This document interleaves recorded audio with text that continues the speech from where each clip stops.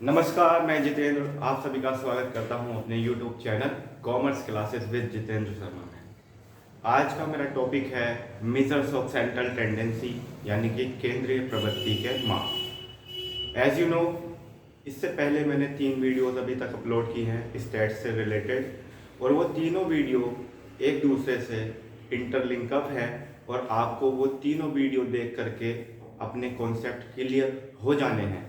इसलिए अगर आपने वो वीडियोस अभी तक नहीं देखी हैं तो पहले वो वीडियोस देख लीजिए, क्योंकि अगर आप वो वीडियोस नहीं देखेंगे तो शायद आप एक स्टेप कट कर जाएंगे और फिर आपको लर्निंग गैप हो जाएगा, प्रॉब्लम होगी स्टैट्स को समझने में। पिछली वीडियो मैंने अपलोड की है सीरीज़ पर, सीरीज़ यानी कि श्रेणियाँ, और जब तक आप सीरीज़ क्लियर नहीं करोगे कि सीरीज़ क्या है, सीरीज़ कौन सी है, तब तक आप क्वेश्चन को अटेम्प्ट नहीं कर पाएंगे। इसलिए पूरी स्टैट्स जिस पर टिकी हुई है, जिस कॉन्सेप्ट पर पूरा स्टैट्स चलता है, उसके लिए आपको वो वीडियो देखना बहुत ही जरूरी है। Now we are coming to the our point. हमारा टॉपिक जो मेजर्स ऑफ सेंट्रल टेंडेंसी है, उसका मतलब है केंद्रीय प्रवृत्ति के माप, और ये कॉन्सेप्ट आया है after collection of data.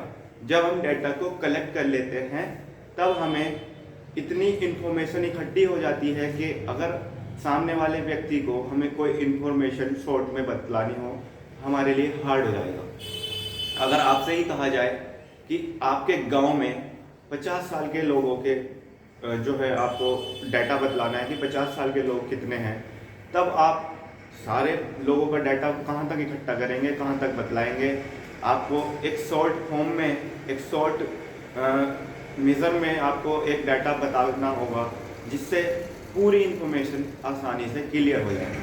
Measures of central tendency एक छोटी सी अवधारणा है किसी भी डाटा को कन्वर्ट करने का, लेकिन ये पूरा एनालिसिस कर पाना कठिन होता है।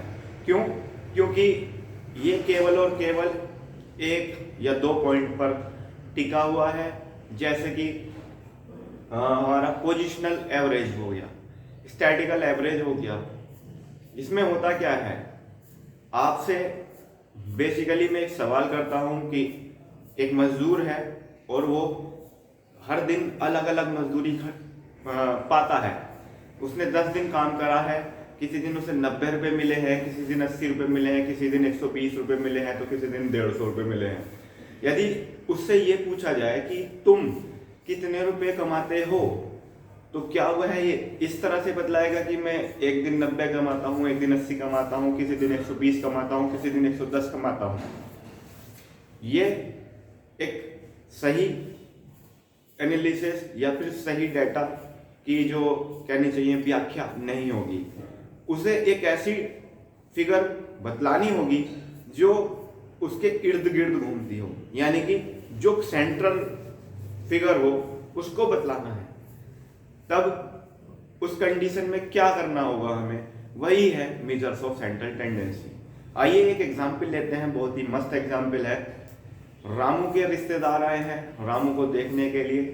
रामू को देखने के लिए जब वो आए तब उन्होंने रामू से पूछा कि भाई आप क्या करते हैं। रामू ने कहा कि सर मैं मजदूरी करता हूँ। फिर उनका दूसरा सवाल था कि आपको कितना रुपया मिल जाता है। तब रामू ने बतलाया कि मैं जो हूँ किसी दिन 100 रुपये कमा लेता हूँ, किसी दिन 80 रुपये कमा लेता हूँ, किसी दिन 90 रुपये कमा लेता हूँ, किसी दिन 120 कमा लेता हूँ, किसी दिन 150 कमा लेता हूँ। जो सामने वाले मेहमान थे वो थोड़ा परेशान से हो गए, क्योंकि डाटा होच पोच हो गया उनके माइंड में, और वो जो है वहाँ से चले गए। तो रामू के एक साथी थे, उन्होंने उस अपना जो कन्वर्सेशन हुआ था उसका डिस्कशन उनके साथ किया। रामू ने बतलाया कि यार मैंने तो सारा ईमानदारी के साथ सब कुछ बतलाया था, फिर भी वो लोग मेरी बात को नहीं समझ पाए और चले गए। जो उसका साथी था वो थोड़ा पढ़ा लिखा था और उसने बतलाया कि भाई जब तुम इतना डाटा अलग अलग तरह से बतलाओगे या फिर इतनी इन्फॉर्मेशन दे दोगे, आपसे उन्होंने क्या पूछा था, आपसे उन्होंने पूछा कि आप कितना कमा लेते हैं। तब आपको ये नहीं बतलाना था कि आप किसी दिन 150 कमाते हैं, किसी दिन 120 कमाते हैं, किसी दिन 10 कमाते हैं, किसी दिन 50 कमाते हैं। आपको एक ऐसी फिगर बतलानी थी जो उसके इर्द गिर्द, यानी कि जो उसको सेंट्रलाइज करती हो, जो उसको केंद्रित करती हो, जो उसको जो आपकी सारी इनकम है उसको कवर कर ले, यानी कि एक रोल लीडरशिप का प्ले करे, ठीक है। तब उन्होंने कहा कि नेक्स्ट टाइम अगर कोई आता है तब आपको एक लमसम अमाउंट यानी कि लगभग की अमाउंट बतलानी है कि सर मैं 120 रुपये लगभग पर डे कमा लेता हूँ। इस तरह से आप समझ पाए होंगे कि मेजर्स ऑफ सेंट्रल टेंडेंसी को हम कह सकते हैं एक सेंट्रल अमाउंट या एक सेंट्रल डिजिट या फिर एक सेंट्रल फिगर जिस पर पूरे डेटा टिके हैं। ये तो थी कहानी। अब चलते हैं मेजर्स ऑफ सेंट्रल टेंडेंसी में आने वाले कंपोनेंट कौन कौन से हैं। तो सबसे पहला कंपोनेंट है यहाँ पर जो दिखा है आपको, पोजिशनल एवरेज। पोजिशनल एवरेज का मतलब है स्थितीय माध्य। ये वे माध्य हैं या वे डाटा हैं या वे फिगर हैं जो पूरे डेटा की फिगर को बतलाती हैं, स्थिति को बतलाती हैं कि वो एक पूरे डेटा का निचोड़ कह सकते हैं आप। जस्ट लाइक इसके अंदर आते हैं दो पार्ट, एक होता है मोड और एक होती है मीडियन। मोड यानी कि बहुलक। मोड एक ऐसी फिगर होती है जो सारे डाटाओं में सबसे ज्यादा बार आने वाला डाटा का रिप्रेजेंटेशन करता है। मान के चलिए यहाँ पर मैं आपको एक क्वेश्चन दिखा रहा हूँ बोर्ड पर, आपको समझ में आ रहा होगा शायद और आप देख भी पा रहे होंगे।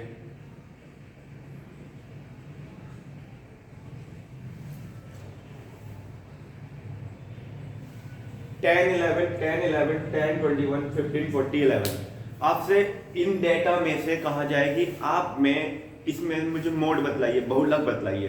तो यहाँ पर जो मोड होगा वो मोड क्या है? मोड एक ऐसा नंबर है यहाँ पर जो करता है represent the number which came the maximum time, या जिसकी ज्यादा फ्रिक्वेंसी हो। यहाँ पर सबसे ज्यादा बार आने वाला नंबर कौन सा है? वो है 11। तो यहाँ का जो मोड हो गया वो हो गया है 11।